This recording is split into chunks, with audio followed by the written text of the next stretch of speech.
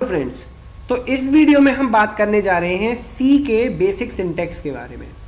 तो सी का जो प्रोग्राम है वो किस तरीके से लिखा जाता है और उसके क्या रूल्स हैं, उसके कोड को लिखने के, उसका क्या स्ट्रक्चर है, उसके बारे में आज हम बात करेंगे। तो जब हमने पिछली वीडियो में टर्बो सी डाउनलोड किया था तो उस टर्बो सी को चेक करने के लिए क्या वो वर्किंग स्टेज में है या नहीं है, उसके लिए हमने एक छोटा सा कोड लिखा था हेलो वर्ल्ड प्रिंट कराने का। अब उस हेलो वर्ल्ड के अंदर भी हमने hash include studio dot H और वॉइड मेन, फिर कोड ये करली ब्रेसेस के बाद यहां पर कुछ अपना कोड लिखा था प्रिंट कराने के लिए। तो ये सारा कुछ स्टेप हमने किया था, कुछ सिमिलर सा ही स्ट्रक्चर हमने यूज किया था वहां अपना कोड लिखने के लिए। तो यहां अब हम बात करने जा रहे हैं कि उसके अंदर जो पार्ट्स थे, जो डिफरेंट पार्ट्स आ रहे हैं, उनका क्या क्या मीनिंग है। सबसे पहले बात कर लेते हैं ये हैश वर्ड से जो हम स्टार्टिंग कर रहे हैं इंक्लूड स्टूडियो डॉट एच, इसका क्या मतलब है।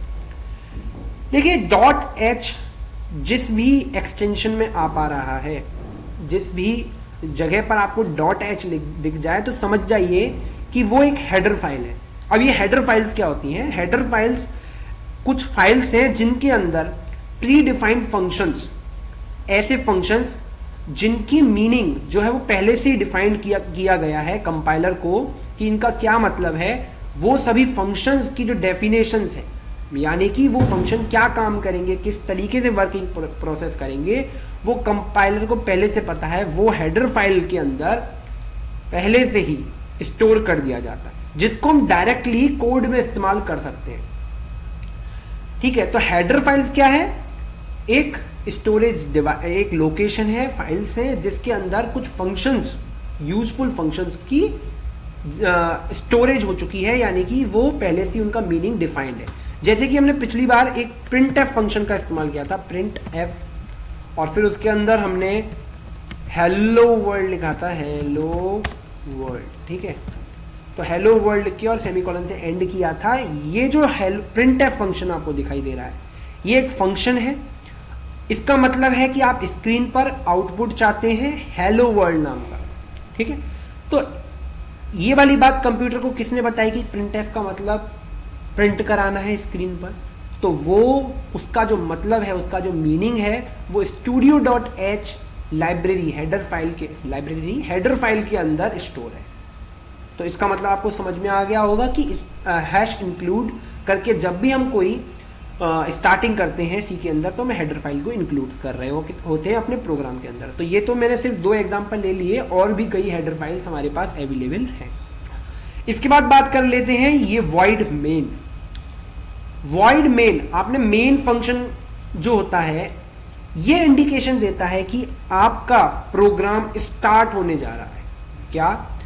आपका प्रोग्राम स्टार्ट होने जा रहा है, यानी कि अब मैं अपना जो मेन कोड है वो लिखना जा रहा हूं, जिसको आपको एग्जीक्यूट करना है। जो मेरा मेन फंक्शन क्या है वो यहां से स्टार्ट हो रहा है इस करली ब्रेसेस के अंदर, तो इसीलिए मैंने इंडिकेट कर दिया कोड।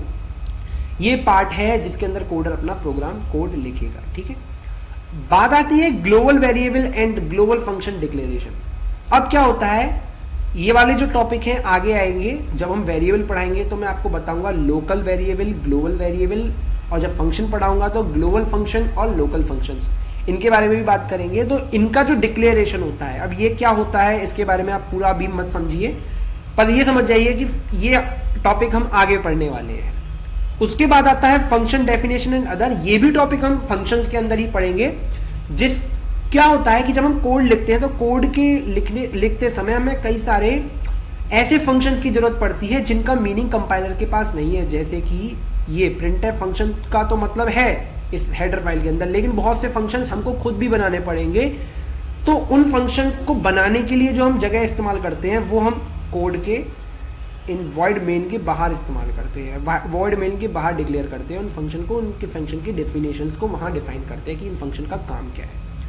तो ये था हमारा सी का बेसिक सिंटैक्स, और इसके बाद आगे की वीडियोस में हम वेरिएबल्स के बारे में बात करेंगे, डेटा टाइप्स के बारे में बात करेंगे। तो आज के लिए थैंक यू।